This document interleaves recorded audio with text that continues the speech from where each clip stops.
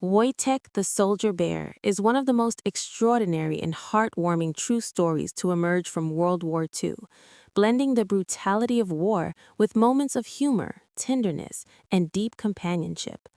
The story begins in 1942 in Iran, where soldiers of the Polish Second Corps, newly formed from men released from Soviet labor camps, encountered a young Syrian brown bear cub whose mother had been killed by hunters. The cub was small, frightened, and malnourished, and the soldiers, themselves exhausted and far from home, immediately felt a bond with him, purchasing the bear from a local boy and naming him Wojtek, a diminutive form of the Polish name Wojciech that roughly means joyful warrior, a name that would later prove uncannily appropriate.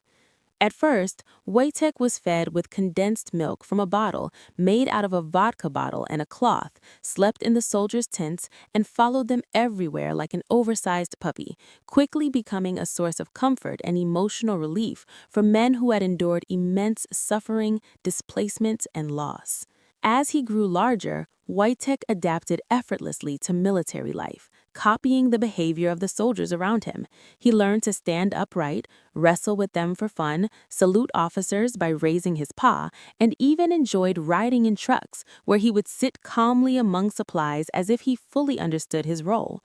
He developed famously quirky habits, such as loving beer, which he would drink eagerly when offered, and cigarettes, which he would chew and swallow, much to the amusement of the troops, who treated him not as a pet, but as a fellow soldier and friend.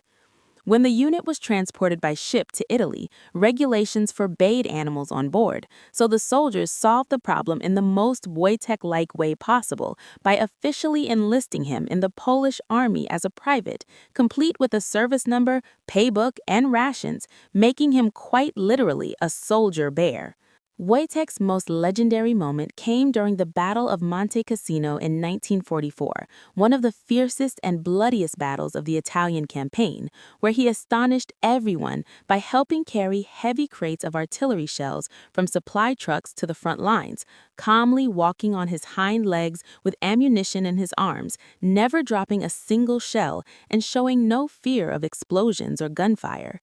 His actions were so impressive that they inspired the emblem of the 22nd Artillery Supply Company, depicting a bear carrying an artillery shell, a symbol that represented not only Wojtek himself, but also the strength, endurance, and unity of the Polish soldiers. After the war ended, the soldiers were unable to return to a communist-controlled Poland, and the unit was demobilized in Scotland, where Wojtek eventually spent the rest of his life at the Edinburgh Zoo. Even there, the bond he shared with his former comrades never faded, as visiting veterans would call out to him in Polish, prompting him to stand up, wave, or press against the bars affectionately, clearly recognizing the voices and presence of the men he had once marched and lived with.